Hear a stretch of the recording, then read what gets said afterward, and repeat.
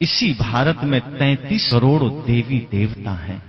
इसी भारत के हर चौक चौराहे पर कहीं हनुमान जी गदा लेकर खड़े हैं, किसी चौक चौराहे पर शिव जी त्रिशूल लेकर खड़े हैं। इसी भारत के कोने कोने में कहीं राम जी धनुष बाण लेकर खड़े हैं, कहीं विष्णु जी सुदर्शन चक्र लेकर खड़े हैं, कहीं मां दुर्गा आठों भुजाओं में हथियार लेकर खड़े हैं।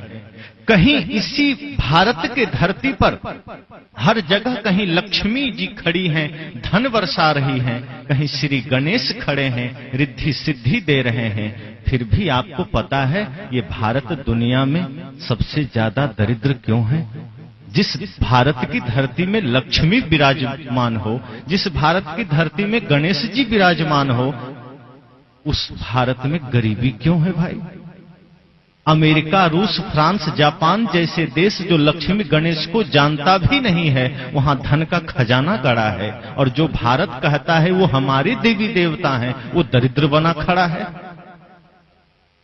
जो भारत कहता है कि ब्रह्मा जी हमारे यहां पैदा हुए, बल्कि ब्रह्मा जी ने सृष्टि को जन्म दिया। जो भारत कहता है विष्णु जी हमारे घर में हुए, जो भारत कहता है शिव जी हमारे घर में हुए। शिव जी मतलब संपूर्ण सृष्टि को नाश करने वाला महाकाल। जो महाकाल भारत की धरती में जन्म लिया, उस भारत को एक छोटा सा पाकिस्तान कितने जख्म दे रहा है, वो शिव जी कहां सो रहा है? आज जो भारत की सीमाओं की हालत है, आज जो पाकिस्तान आतंकवादी भेज भेज कर हमारे सैनिकों की हत्या कर रहा है, वो सैनिक आपकी ही कोई पुत्र है, कोई भाई है, कोई आपका ही सगा संबंधी है, जो उस बॉर्डर पर खड़ा है।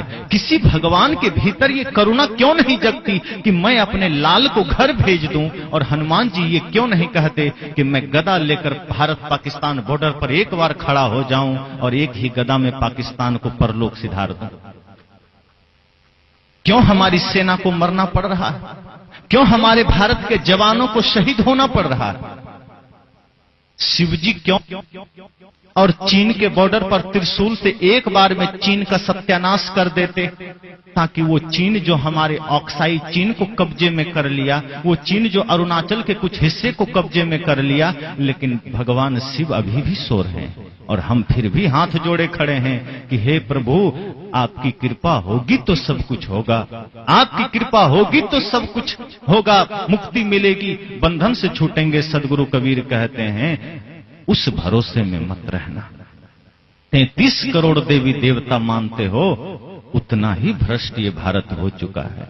और जिस 33 करोड़ देवी देवता की आप बात करते हैं, उन देवताओं का चरित्र कोई ठीक है क्या? कोई इंद्र के बारे में तो जानते हैं ना, कोई तपस्या कर रहा होता है तो इंद्र को ईर्ष्या हो जाती है, वो जाकर उसका तपस्या भंग कर देता है।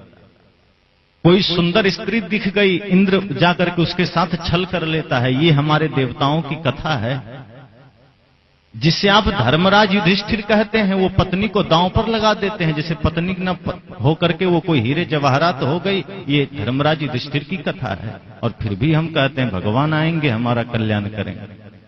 अगर यही ख्याल भगत सिंह ने किया होता कि राम जी आकर के देश का कल्याण करेंगे, तो भगत सिंह को फांसी पर न चढ़ना पड़ता। लेकिन भगत सिंह ने सोचा नहीं, कोई राम नहीं आएगा, अब मुझे ही राम बनना होगा। अगर यही ख्याल चंद्रशेखर आजाद ने किया होता, यही ख्याल वो 7 लाख वीरों ने किया होता जिसने भारत को आजादी दिलाने के लिए अपनी कुर्बानी दे दी, तो आज भी भारत गुलाम होता और हम इस तरह से बोल न रहे होते, इस तरह से जी न रहे होते। लेकिन हमारे शहीदों ने समझा कि अब कोई राम नहीं आने वाले, चलो राम के पद चिन्हों पर, अब राम हमें बनना होगा। चलो राम के पद चिन्हों पर अब इतिहास बदलना होगा। अब तो राम स्वयं बनो, अब तो लक्ष्मण स्वयं बनो, अब तो वो शक्ति स्वयं में जगाओ जो सदगुरु कबीर कहते हैं कि तेरा साईं तुझ में जाग सके तो जाग, किसकी आशा करते? और बाहर की आशा कब तक काम करेगी? दूसरे की आशा पर कब तक चलोगे? इतने देवी देवता के होते हुए ये भारत आज जिस स्थिति में गुजर रहा है, आदमी को समझना चाहिए। और भगवान ठीक है, हम कबीरपंथी हैं, हम उन्हें नहीं मानते, वो हमारी रक्षा ना करें, पर केदारनाथ में तो उन्हीं के भक्त गए थे और सब काल कलवित हो गए, अपने भक्त को भी नहीं बचा पाए। हनुमानगढ़ी में पूजा करते सब खड़े थे, बम धमाका हुआ, हनुमान जी के ही भक्त स्वाहा हो गए। अरे हम उनका विरोध करते हैं, हम उनको नहीं मानते हैं, कबीरपंथी को कुछ हो जाए तो बात समझ में आती है, उनके ही भक्त प्राण गंवा रहे हैं। एक तरफ से आप देखिए, जिस जम्मू कश्मीर की हालत इतनी खराब है, वहीं अमरनाथ है, वहीं उधर ही वैष्णव देवी है, शिव जी का बहुत बड़ा तीर्थ अमरनाथ उसी जम्मू कश्मीर में है। लेकिन वो जम्मू कश्मीर आज सबसे ज्यादा असुरक्षित है। जिस देश में इतने सारे भगवान हों, जिस देश के एक एक घर में इतने सारे भगवान हों, वो देश इतना कंगाल कैसे हो सकता है? हमें सोचना होगा। जिन महापुरुषों ने हमें जगाने का प्रयास किया, जिन संतों ने हमें जगाने का प्रयास किया, हमने उन्हें ध्यान ही नहीं दिया। कभी इसी धरती पर महात्मा बुद्ध आकर के हमें झकझोरते हैं कि बाहर किधर दृष्टि डाल रहे हो, अपदीप, अपने भीतर की शक्ति को जगाओ, अपने भीतर के प्रकाश को जगाओ। अत्ता ही अत्तनो नाथो को नाथो परोसिया। बुद्ध ने कहा आत्मा ही आत्मा का स्वामी है, आत्मा का दूसरा स्वामी कौन हो सकता। लेकिन बुद्ध की बात हमें पसंद नहीं आई। महावीर आकर कहते हैं कि तुम परमात्मा हो, उनकी बात हमें पसंद नहीं आई।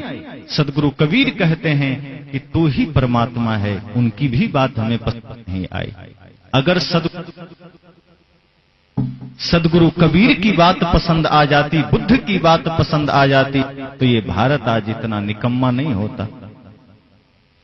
भारत जो कंगाल है, आज भारत जो गरीब, इसका कारण यही भगवानवाद है, जो आदमी को निकम्मा बना दिया। तो कोई मेहनत करना भी चाहता है तो ये तथाकथित धर्मगुरु कहते हैं अरे कुछ करने की आवश्यकता नहीं, बस एक बार भगवान का नाम ले लो, काम बन जाएगा, और वो आदमी निकम्मा हो जाता है। जो कुछ करना भी चाहता है, ये भगवानवाद की जो बातें हैं उसको निकम्मा बना देती। सदगुरु कबीर व्यक्ति को कर्मठ बनाते हैं। महात्मा बुद्ध ने व्यक्ति को कर्मठ बनाने की चेष्टा की, पुरुषार्थवादी बनाने की चेष्टा की कि बिना आपके किए कुछ नहीं होगा, और बाहर कोई परमात्मा, कोई भगवान आपकी सुरक्षा नहीं कर सकता। आप गलत करते हैं, उसकी सजा आपको मिलेगी।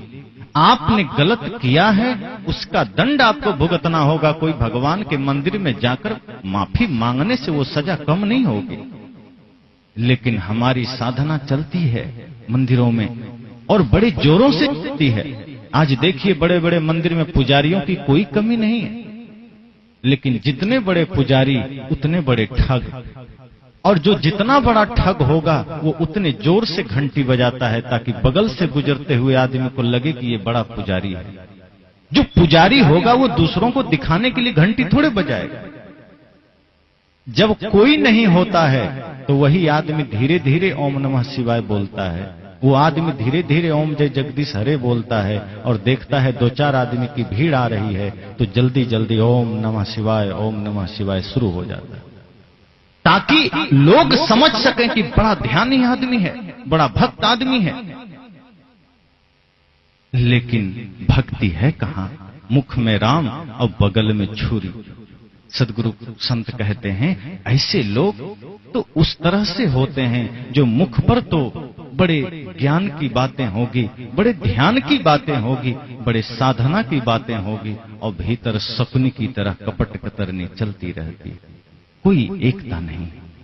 इसलिए मैंने कहा अगर आंखें हैं, अगर नेत्र है, तो हम हर जगह उस परमात्मा को देख सकेंगे।